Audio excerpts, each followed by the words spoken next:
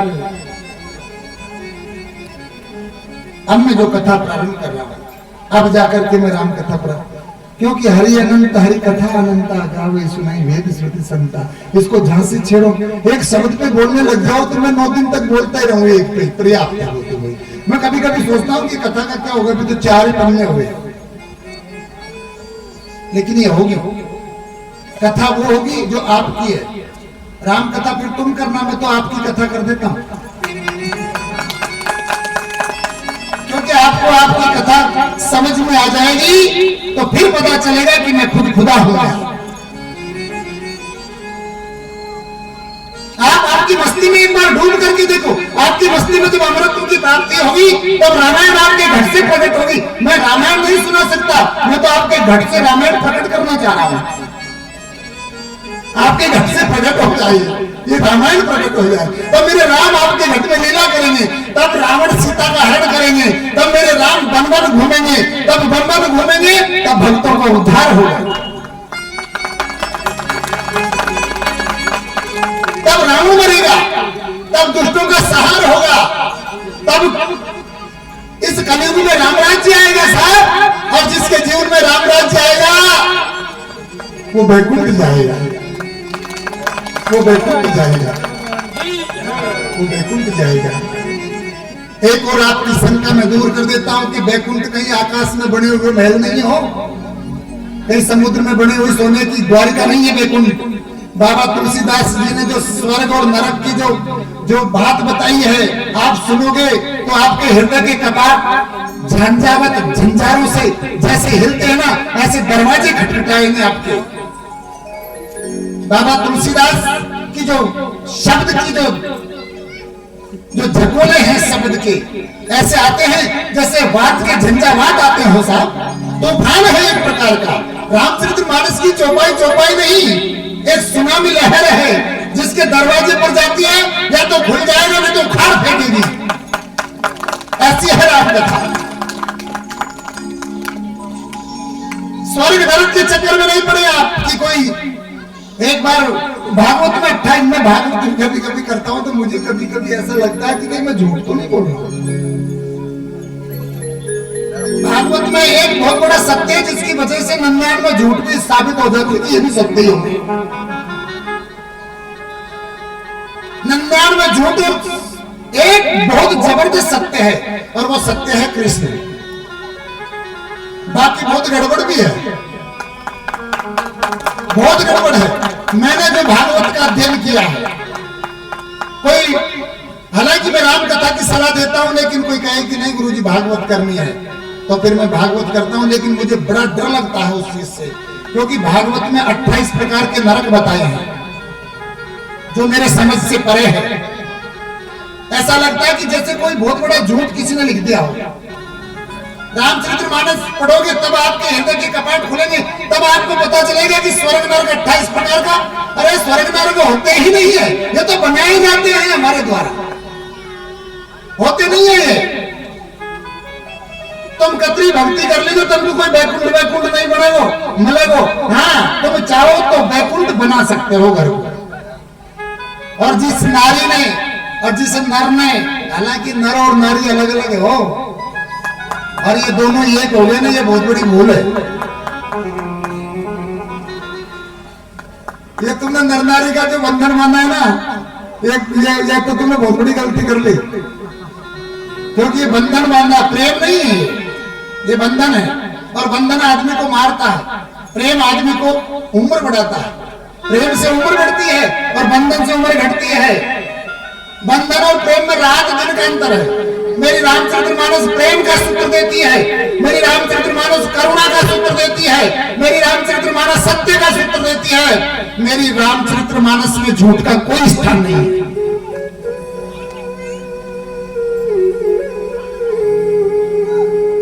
बाबा तुलसी ने स्वर्ग और नरक की एक पंक्ति में स्पष्ट कर दिया कि धरती, सुनना, कि धरती धाम धनपुर परिवार, अरे स्वर्ग नरक बन ही व्यवहार। व्यवहारो। ये 5 वस्तुएं हैं, ये सबके पास है। इन 5 वस्तुओं से तुम स्वर्ग बनाओ और चाहे नरक बनाओ। कौन कौन सी? धरती, धाम, धन, पुर और परिवार।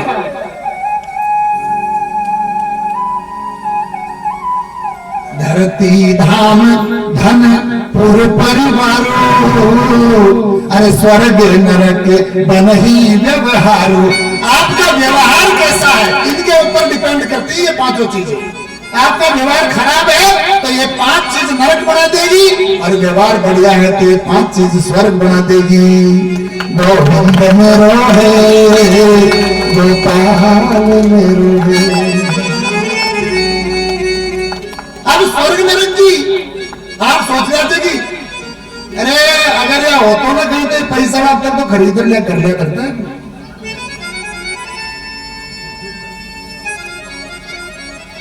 गरीब की झोपड़ी में स्वर्ग दिखाई देता है यार, और अमीर की झोपड़ी में नरक दिखाई दे रहा है।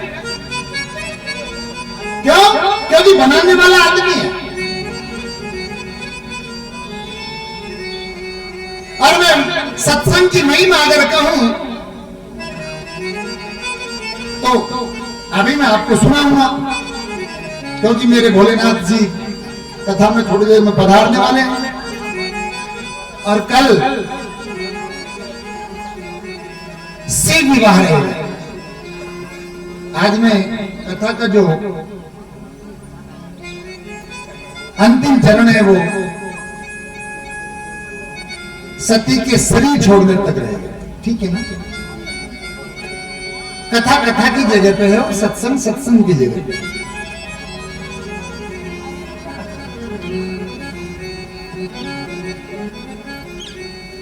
तो कल शिव विवाह रहेगा, और शिव विवाह में शिव विवाह के लिए 2 बालिकाएं पार्ट अदा करेंगी। 4 बालिकाएं। कल क्या कि वो झांकी देने वाला भी आ जाएगा। हम चाहते हैं कि आपका सारा मनोरंजन हो, क्योंकि सृष्टि के जितने भी गुण अवगुण है ना, उनका आनंद लेना चाहिए। अगर आनंद नहीं लोगे तो शरीर छूट जाएगा, क्योंकि गुण और अवगुण से शरीर बंधा रहता है। अगर गुण ही गुण हो गए तो भी छूट जाएगा, और अवगुण अवगुण रहे तो भी छूट जाएगा। इसलिए गुण और अवगुण दोनों का संबंध रहना चाहिए। नर नारी दोनों गुण अवगुण की खान है, और दोनों पूरे प्रेम से चलते रहते हैं। धय घूसा धय लात हो जाए तो भी प्रेम, प्रेम है नहीं दिखावा, बंधन मारता है।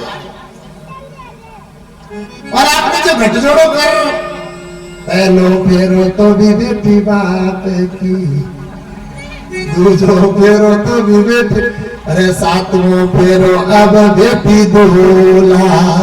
बंधन में बांध कर बंधन बांध दिया। और बंधन कैसे मारता है कि एक बार एक तालाब के किनारे पर एक चूहा बिल बना के रहता है, और तालाब में मेंढक रहता है। जब मेंढक को इच्छा होती है कि चलो घूमने चलते हैं, तो वो कहाँ जाता है?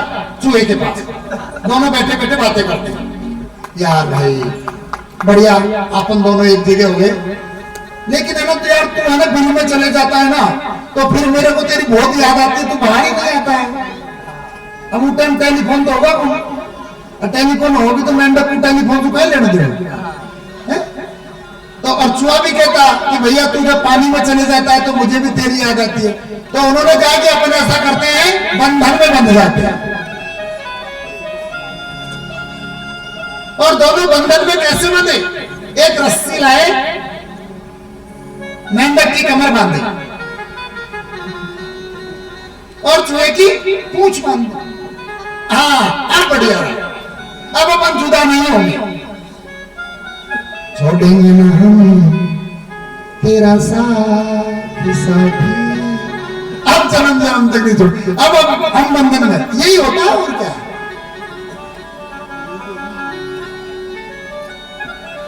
मेंढक को कीड़ा दिखा पानी में, मेंढक को भूख लगी कीड़ा दिखा, तो मेंढक ने बिना पूछे छलांग लगाई कहा पानी में। मेंढक भूल गया कि मेरी कमर से कोई चूहा भी बंधा हुआ, बंधन देखेंगे आप। और जैसे पानी में छलांग लगाई तो छलांग के साथ ही चूहा भी साथ में आ गया। अब मेंढक गया पानी में, चूहे का दाव लगा नहीं पानी में। थोड़ी देर तो चूहे ने छटपटाहट की और थोड़ी देर बाद में राम नाम सत्य वही।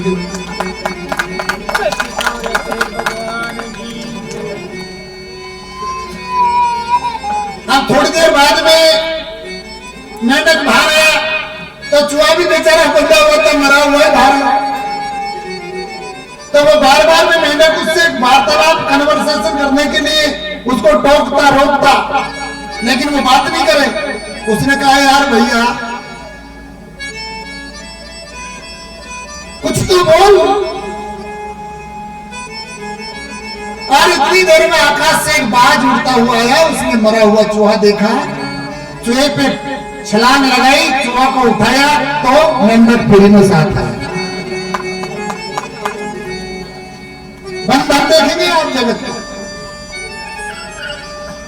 पहले उसने पेड़ में बैठ करके चूहे को खाया तो मेंढक घबराया। बाज ने कहा कि धीर रख, नंबर 13 भी आया।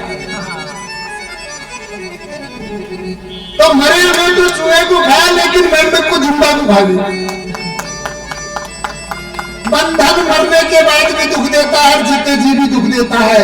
इसलिए बंधन से मोहब्बत छोड़ दो और प्रेम से मोहब्बत चालू कर दिया।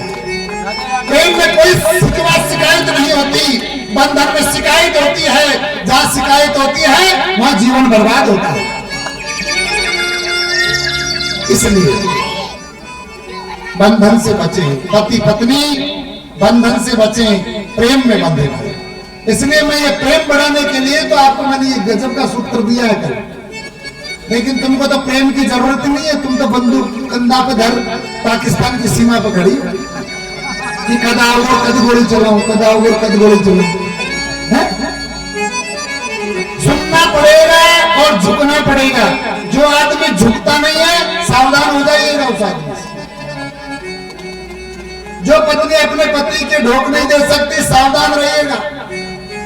क्योंकि कैकेयी और सुमित्रा दशरथ के रोज क्या कौशल्या और सुमित्रा, लेकिन कैकेयी ढोक नहीं देती है क्योंकि कैकेयी रणबांकुरी है, योद्धा है।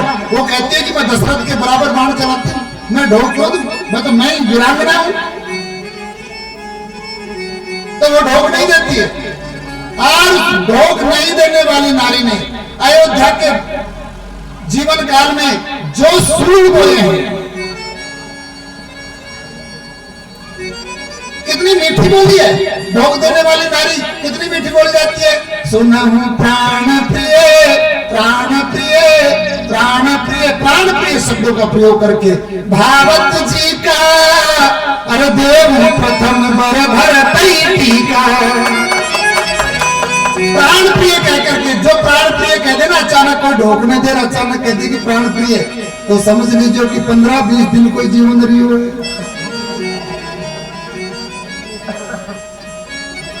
क्योंकि मुझे संभावना है कि तुम्हारी कोख से